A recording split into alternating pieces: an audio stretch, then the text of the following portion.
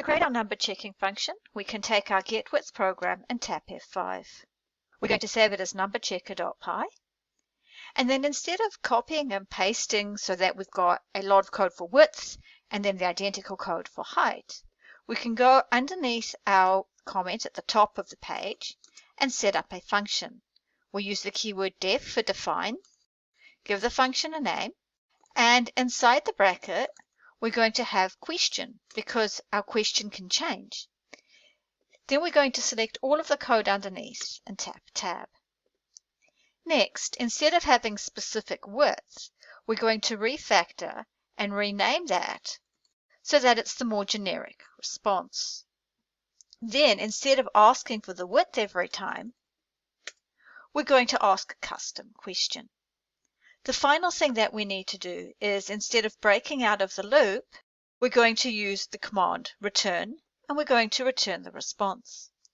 In a function, when it hits the return statement, the function ends, and this means that it will also break out of the loop. We can then collapse the function and go underneath it.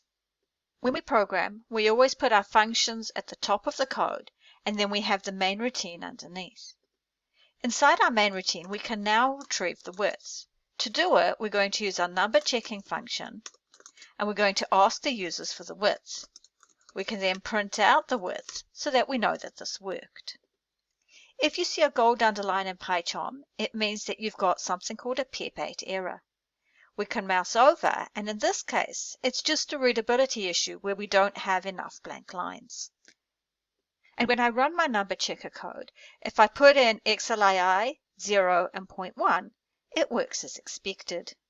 Thing is, to retrieve the testing screenshot for my test plan, I actually need to check 0.2 as well. So there's an easy way to do this. One option could be to call this number checker twice, but a better option is to have a for loop. To set up a for loop, I can say for item in range, and I start at 0 and I want it to go twice. Then, as you might guess, we need a colon, and we're going to tab in. Now when I run the program, I can easily get the evidence I need to show that it works for the width.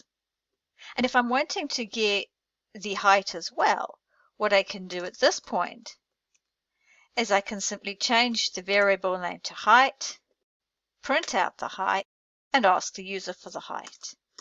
It's probably a good idea to put in a print statement there so that we've got some spacing in our output. I can now easily run the program and retrieve the evidence for width, and also retrieve the evidence for height. Now is a great time to commit your code, and in the next video we're going to take our number checker and use it as part of our area perimeter program.